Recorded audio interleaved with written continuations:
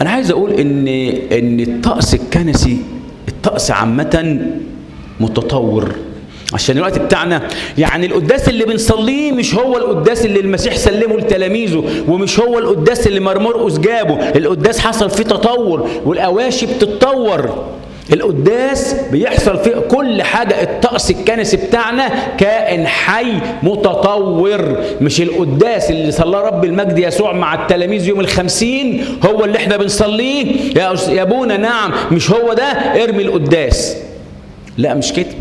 القداس، ما انا عارف ان القداس بيتطور. الأجبية، لو قريت تاريخ الأجبية في وقت من الأوقات كان وجه بحري دي أجبية، ووجه قبلي معاهم أجبية تانية فيها مزامير مختلفة وقطع مختلفة دي عن دي، لدرجة انه لما كانت الأجبية زمان باللغة القبطية كان في ناس بتصلي بالقبط البحيري وناس بالقبط الصعيدي والقبط الفيومي، ولما ده يتكلم مع ده مش هيفهموا بعض. زي النهارده لما نجيب راجل من جوه الصعيد خالص ونجيب راجل فلاح من الفلاحين، ممكن لما ده مصري وده مصري، ممكن نص كلامهم مش هيتفهم لأن كل واحد ليه لهجة.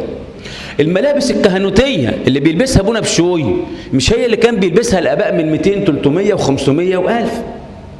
ده لما تشوف صورة الأنبا أبرام الصورة الحقيقية كان بيلبس قفطان تحت العباية بتاعته زي إخواتنا المسلمين كده بتوع الأزهر. كله بيتطور. وزي ما قلنا الأواشي النهاردة بنقول إيه؟ نجاحا للطلبة معاملا إيه؟ ما كانش فيه زمان كده. أبونا أنت بتزود حاجات؟ طبعا بزود، ما احنا بنشوف احتياجنا ايه. كان زمان مفيش فؤوشية المسافرين في البحر او الانهار او البحيرات او الجو، ما كانش في زمان جو.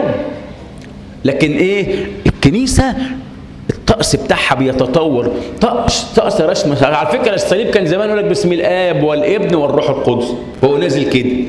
ما كانش زمان بيترسم كده، اتغير. هو اتغير يبقى كده حرام؟ لا، الطقس بيتطور. طقس التناول كان زمان ايام الاباء الرسل بيدوا القربانه كل واحد يقطع منه، كل واحد بايده، وكل واحد ياخد الكاس ويشرب. فعشان تامر هيروح كده قال لك لا ما. وكان بيعملوا ايه بقى؟ وكان ابونا يقطع ويدي لكل واحد اللقمه في ايده. دي المرحله الثانيه.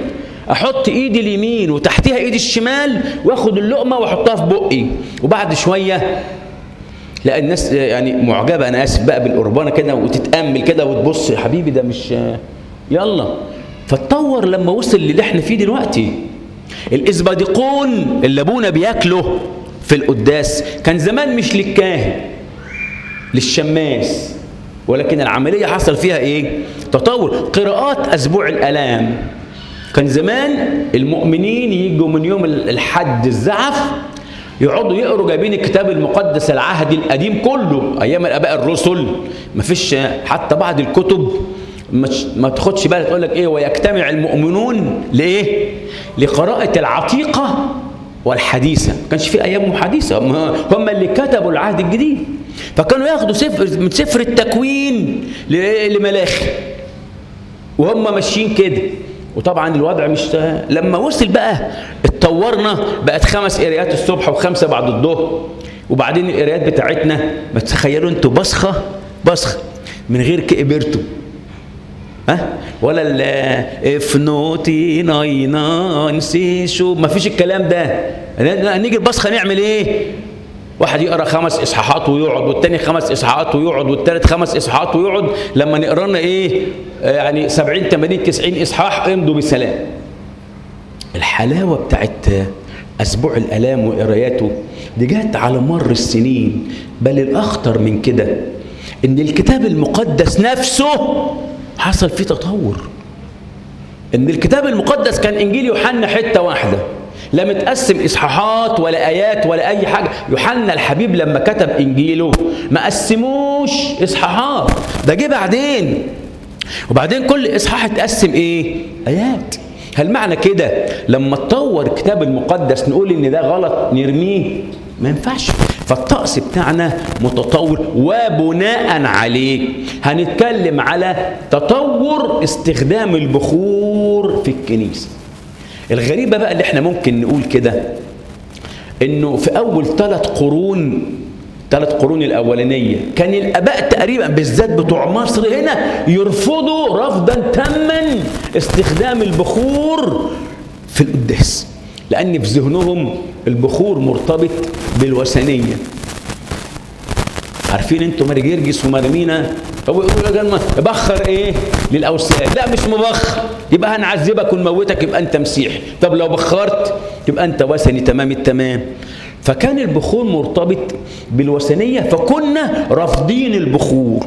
نقرا في تاريخ الكنيسه عن اثيناغوراس الفيلسوف المصري، يوستينوس الشهيد، أوريجينوس العلامة، كليماندوس السكندري، العلامة ترتليان، كلهم رفضوا استخدام البخور، بس كان الرفض القاطع في الليتورجية، لكن ما رفضوش استخدام البخور عامة. لأن احنا نقرأ في القرون الأولى القصة دي، قصة البابا ديمتريوس الكرام. عارفين انتوا لما هو كان راجل متجوز وقاعد مع مراته عايش بتول، وكان الملاك يجي يظللهم، فلما بقى بطل برغم انه كان جاهل وتعلم وحط حساب الأباقطي بعد كده، فكان يركز كلامه على الطهارة، نعيش حياة الطهارة، ويكلم الشباب والبنات الصغيرين الطهارة ولازم حياة الطهارة. فالشباب يقول لك ما راجل متجوز عنده مراته في البيت، يعني هو مش حاسس باللي احنا فيه بالحروب بتاعت الشياطين. وابتدت الناس ايه تعصر فابونا البطرك. ليه؟ لانه متجوز ومحدش يعرف. فجاله الملاك بعد القداس وقال له اسمع بقى، ربنا بيقول لك مش انت تخلص نفسك وتسيب الناس تعصر، قول للناس السر بينك وبين مراتك. قال له بس ده، قال له ده امر الهي. بعد ما خلص القداس جاب مراته وقال للناس اقعدوا استنى، وراح قال للشماس هات ايه؟ هات الشوريه والبخور قال هات ايه؟ من ايه؟ صحيح لسه ما استخدمناش في القداس، لكن الشوريه ليها استخدام. وحطوا في هدومه وفي هدوم مراته، عارفين انتوا القصه، وما اتحرقتش. وبعدين ابتدى يعرف الناس القصه بتاعته. ده البطرك رقم 12، ده كان 180 ميلاديه، في موكب جثمان. وانا اسف ان بقول جثمان لان الكتاب كاتبها كده تقريبا، لانه نقل زمان كلمه رفات كانت لسه ما جاتش. في نقل جثمان او رفات القديس البابا بطرس خاتم الشهداء، كانوا ماشيين قدامه بالبخور وبالشوريه. موكب القديس كبريانوس الشهيد يقولوا كده، حملوا جسده ليلا ومعهم مشاعل عشان الدنيا بالليل، وأغصان النخيل مع الشموع والمباخر، يعني يصعد منها البخور احتفالا بانتصاره السماوي. وتاني في جنازة القديسة مكرينة. القديسة مكرينة دي لو انتوا عارفين القديس باسيليوس الكبير واخوه البابا القديس بطرس اسقف سبسطية واخوه القديس غريغوريوس، كانوا 3 من الاباء الاساقفة، دي اختهم الكبيرة. يحكي التاريخ ان لما دي كانت رهبة، لما تنيحت مشي قدامها بالبخور. جنازة القديسة باولة واللي ذكرها القديس غريغوريوس النيزيانزي، القديس جيروم بيقول عن القديسة بابيولا، الكلام ده كله موجود، ان كلهم كانوا وهم ماشيين بجثمانهم كانوا قدامهم بالبخور والشموع لان هم فرحانين. القديس يوحنا ذهبي الفم بيقول للجماعة يلا واحنا رايحين التربة وقدامنا او معانا الجثمان، دعونا نملأ الطريق العام بالبخور. إشارة إن هم استخدموا البخور في مواكب الإيه؟ الجنازات. في الأول كان البخور مرتبط بإيه؟ بالوثنية، عشان كده كنا بنرفضه لغاية لما جه الملك قسطنطين. قبل الملك قسطنطين كان دايما إحنا بنقول يا مسيحي هتموت، يا تبخر للأوثان تعيش. فكان التبخير علامة أو مرتبط بإيه؟ بالوثنية. لغاية لما جه الملك قسطنطين ابتدى يحصل بقى اللي بقول لكم عليه، ابتدى يحصل تطور وتغير للطقوس، ولكنه تغير إيه؟ ابتدى يخش البخور في الكنيسة واحدة واحدة. بعد شوية هقول لكم أول ما البخور ظهر في أورشليم، كنيسة أورشليم. ليه؟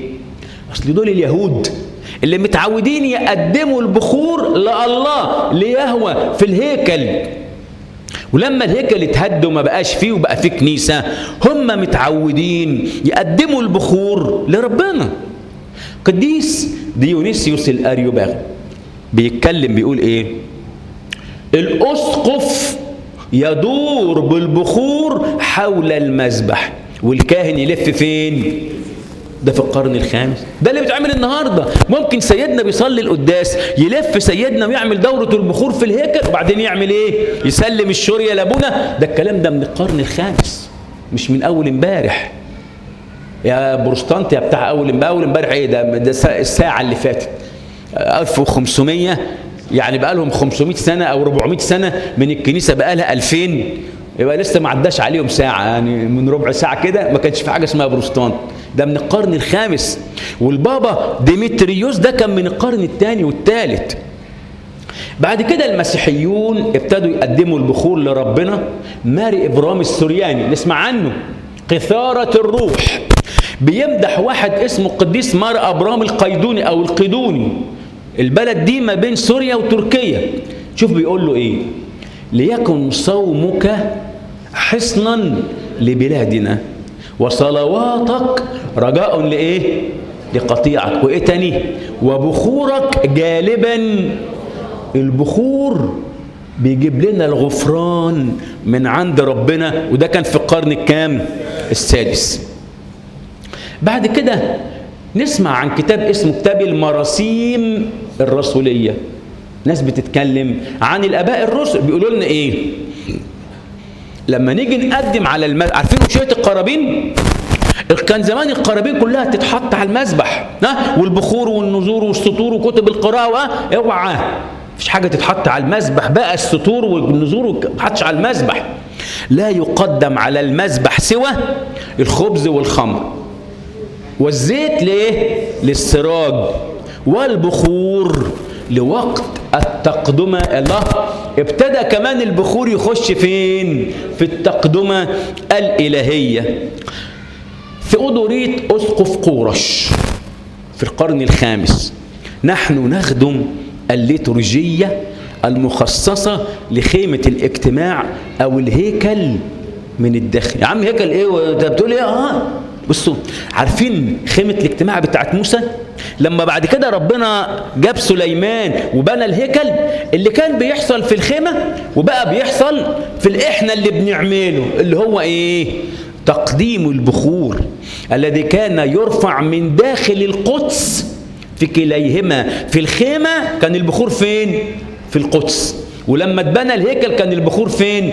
في القدس، رغم ان الذبايح كانت بتتقدم بره. لان اخواتنا البروتستانت بيقولوا احيانا يعتبر اصل البخور كان ربنا بيقول عشان الذبايح وريحه اللحمه والبتاع والكلام ده، فبيعمل بخور عشان يغطي على الريحه بتاعت الذبايح. الذبايح كانت بره والبخور جوه، ده في مكان وده في مكان.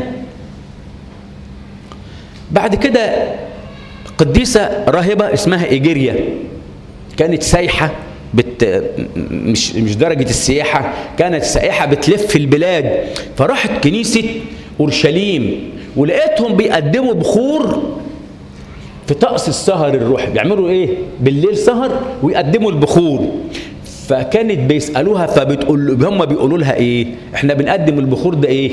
تشبها بالمريمات اللي كانوا سهرانين يوم المسيح يوم الجمعة العظيمة بالليل وهو مدفون، احنا كنا بنقدم الصلوات والبخور. عشان كده بقول لكم ظهر البخور في أورشليم.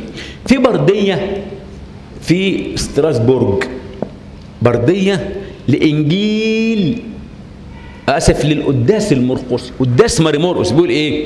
لأن اسمك عظيم في الأمم وفي كل مكان يقدم بخور لاسمك القدوس وذبيحة طاهرة، وبهذه الذبيحة والتقدمة نطلب منك يا رب أشكر كنيستك الايه؟ الواحدة. ده موجود، هوريكم الصورة بتاعت الايه المخطوط، انا مصورها من النت. البابا شنودة الأول، البابا شنودة الأول ده البطرك ال53. في عهده كان بيجوا العرب أو ما يسمى العربان ويهاجموا البرية. عارفين ال49 شيوخ شهيد مش اتقتلوا؟ وفي الهجمة دول كان في الهجمة الأولى والثانية والثالثة على برية شهيد. فالبابا شنودة ده جمع الكهنة والأساقفة وصلى القداس. تقول القصة كده: وبينما كان يطوف بالبخور على المذبح ربنا أزعج العرب فنجى الله الشعب من العرب. إمتى؟ لما كان وقت ما بيلف بالبخور على المذبح. ده نص البردية بتاعة القداس بتاع المرقسي، وبيقول فيها ويقدم بخور، يقدم بخور. بعد كده احنا هنتكلم على بسرعة تاريخ استخدام البخور في الكنيسة. أول حاجة بنتكلم على سفر التكوين، تكوين 8، التقدمة اللي قدمها أبونا نوح أول ما خرج من من الفلك. يقول كده: فتنسم الرب رائحة الرضا. الكتاب المقدس ما قالش إن نوح قدم بخور، لكن قال تنسم الرب رائحة نوح جاب من الحيوانات الطاهرة وولع فيها على مذبح المحرقة. لكن التقليد الكنسي المصري أو السكندري بيقول إن نوح قدم بخور، فتنسم الرب رائحة علشان كده إحنا بنستخدم وبنقول نفس الكلام. نجري شوية كده عشان خاطر الوقت بتاعنا، لكن أنا عايز أقول الكلام ده ممكن اللي يحب ياخده، عشان أنا عارف إن وقتنا يعني الساعة 8 إلا 5، وأنا عارف وقتنا الساعة 8، لكن أنا عايز أقول بسرعة كده. نمرة 1 نوح. نمرة 2 تعالى نقرأ سفر الخروج إصحاح 30. ربنا بيقول لموسى سيبكم اللي مكتوب ده وركزوا معايا. تصنع فعل أمر، مش كده؟ تصنع فعل أمر. تصنع مذبحا لإيقاد البخور، مذبح مخصوص تعمل فيه يا رب؟ ما في بره مذبح للمحرقة. تصنع مذبح لإيقاد البخور من خشب الصمت تصنعه. يا رب نعم يا موسى. بقول لك يا رب انت مالك ومال المذبح؟ مش البخور ده احنا بنقدمه عشان نغطي على ريحة الذبايح واللحمة ولا يا رب أي حاجة وبخور قالوا لا، مين اللي قال كده يا موسى؟ البروتستانت يقولوا يا رب مش هتاخد البروتستانت يا موسى، دول عالم لا مؤاخذة. امال انت عايز قالوا لا، ده انا عايز مذبح ليا. اصحى يا موسى واسمع مني. قول يا رب. قال له تصنع لك مذبحا لإيقاد البخور من خشب الصمت تصنعه، طوله ذراع وعرضه ذراع، مربعا يكون وارتفاعه ذراعان، منه تكون قرونه وتغشيه بذهب نقي. يا رب انت مذبح علشان نغطي بيه على ريحة الذبايح. قال له يا موسى ما قلت لك سيبك من البروتستانت، ده انا عايز اشم البخور يا موسى، انا ببقى فرحان، مالكش دعوه بالبروتستانت. البروتستانت وبتاع يا رب؟ يعني انت عايز المذبح ده ليك لوحدك؟ قال له دي ليا. تغشيه بذهب نقي، سطحه وحيطانه حواليه وقرونه، وتصنع له إكليلا من ذهب حواليه. تعمل له إكليل من فوق من ذهب. يا رب. قال له ده حاجة فخمة أوي، ده مذبح البخور يا موسى. وده مذبح المحرقة؟ ده مذبح البخور كله من ذهب، وتعمل له إكليل من ذهب، وعشان يتشال محدش يشيله تعمل له عصابين وندخل فيه العصيان. اللي يقرأ النهاردة لما نروح خروج 30 هيفهم الكلام ده. يقول وتجعله قدام الحجاب الذي أمام تابوت الشهادة قدام الغطاء الذي على الشهادة حيث أجتمع بك. حيث أجتمع يعني حيث أنا موجود يا موسى تلاقي البخور. طالما أنا موجود يبقى في بخور. ففي العهد القديم ارتبط وجود الله بالبخور، والبخور دايما يقول لك وكانت سحابة وهم ماشيين يبقى في ربنا. ولما جه رب المجد على التجلي موسى وإيليا وإذا سحابة طالما الله الآب موجود يبقى لازم السحابة. فيقول له كمان مين اللي هيصنع يا شباب رجالة ستات؟ مين اللي هيصنع؟ موسى. يا موسى اصنع اعمل سوي. وبعدين فيوقد عليه هارون بخورا عطرا كل صباح حين يصلح السرج يوقده، وحين يصعد هارون السرج في العشية يوقده بخورا دائما أمام الرب في أجيالكم. يا رب. نعم يا موسى. قال له أنت بتقول لي يا موسى اصنع وغشي واعمل وسوي، وفي الآخر تقول لي هارون هو اللي هيقدم؟ هو أنا أتعب ده كله؟ يا موسى ده عمل كهنوتي، عمل كهنوتي. البخور عمل كهنوت أي حد، ومش أي كاهن، الكاهن المشرطن. ونقرأ عن قورح ودسان وأبيرام لما عارفين الأرض فاكرين اتشقت ولاد هارون، عشان ربنا هيقول كده بعد شوية لا تصعدوا عليه بخورا غريبا ولا محرقة ولا تقدمة. المحرقة والدق يا رب محرقة بره دخلت القدس مفيش غير البخور ومسبح البخور. ولا تسكبوا عليه سكيبا ويصنع هارون كفارة على قرونه مرة في السنة من دم الايه وبعدين يكلم يقول له ايه؟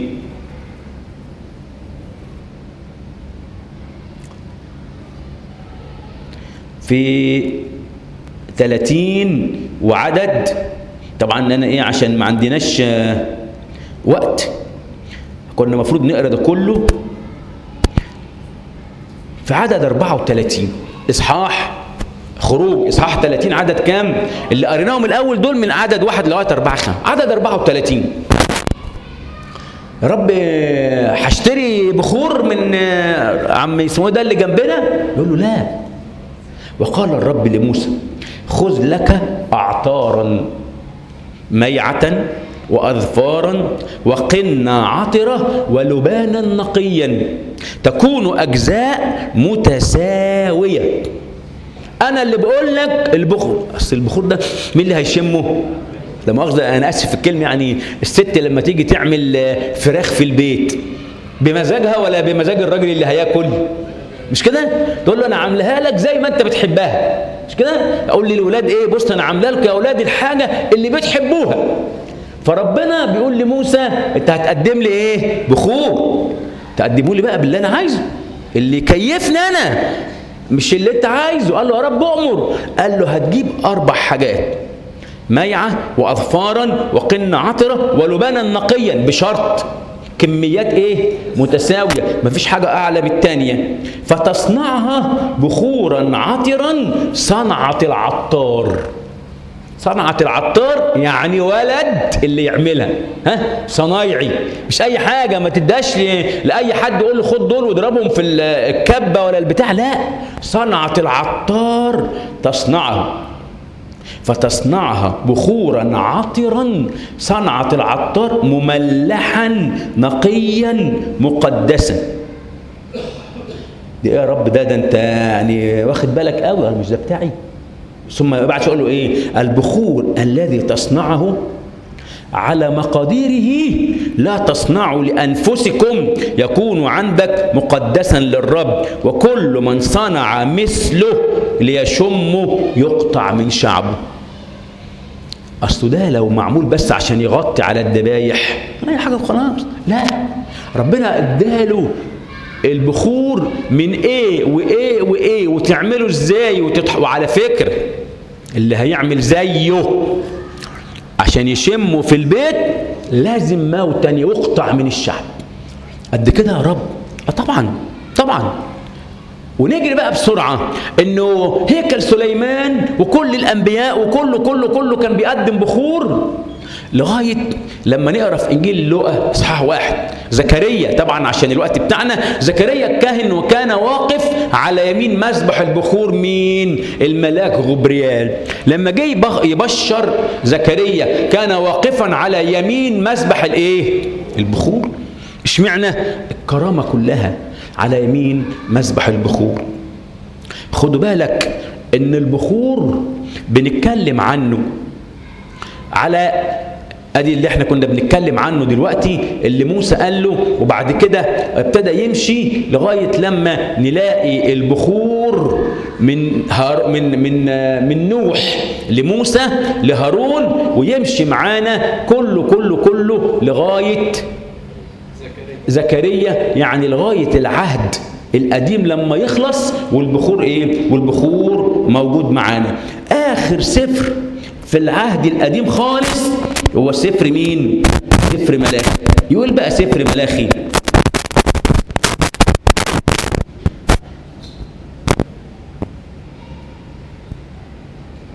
لأنه من مشرق الشمس إلى مغربها اسم عظيم بين الأمم. مين اللي بيتكلم؟ ربنا. من مشرق الشمس إلى اسم إيه؟ عظيم بين أمم. يا رب أنت اسمك عظيم في اليهودية بس، شعبك ده شعب بني إسرائيل. ازاي تقول اسم الأمم؟ يعني إيه؟ يعني مش يهود. وفي كل مكان يقرب لاسمي بخور وتقدمة طاهرة، لأن اسم عظيم بين الأمم، قال رب الجنود. بين الأمم يعني مش في اليهود. وفي كل مكان. ده التسبيحة بأسف التقدمة والذبيحة بتاعت اليهود لازم تتقدم فين؟ في الهيكل. لكن في سفر ملاخي بيقول ايه؟ يقدم بخور لاسمي في الأمم وفي كل مكان. ازاي؟ اقول لك ارجع لورا شويه. فاكر اشعياء قال ايه؟ يكون مسبح للرب في وسط ايه؟ يكون مسبح لمين؟ يعني مش في اورشليم، لا في ارض مصر. ازاي يا رب مسبح؟ انت بتقول لكل اليهود اوعوا تقدموا الذبيحه الا في اورشليم في المكان ده. يقول لك ما العهد الجديد هيبقى للرب الارض وملؤها المسكونه وجميع الساكنين فيها. عشان كده لما قرينا في انجيل لوقا عن مسبح البخور، لو جريت شويه على سفر الرؤيا هتلاقي البخور موجود، ويوحنا الرائي بيتكلم عن الايه؟ عن البخور، ويقول في 24 قسيسا ماسكين المباخر او المجامر بتاعتهم وبيعملوا ايه؟ بيقدموا بخور الذي هو صلوات ايه؟ صلوات القديسين. الموضوع موضوع كبير، بس عشان الوقت بتاعنا خلص انا عايز اقول بس بعض الاعتراضات اللي البروتستانت. نمرة 1 بيقولوا ان البخور ده كان بيتقدم للوثنيين، فازاي احنا نستخدمه؟ طب انا اسال سؤال: مش الوثنيين بيصوموا؟ يبقى احنا ما نصومش. مش الوثنيين بيصلوا؟ يبقى احنا ما نصليش. مش الوثنيين بيقدموا قرابين للآلهة بتاعتهم؟ يبقى احنا ما نقدمش. هو عشان هم بيعملوا يبقى احنا ما نعملش؟ لو عملنا كده يبقى مش هنقدم ولا حاجة ولا أي عبادة. الحاجة الثانية يقولوا ان البخور كان رمز للذبائح، والذبائح لما بطلت احنا بنقول ان ذبيحة المسيح هي الاصل او المرموز اليه، فبطلت كل الايه؟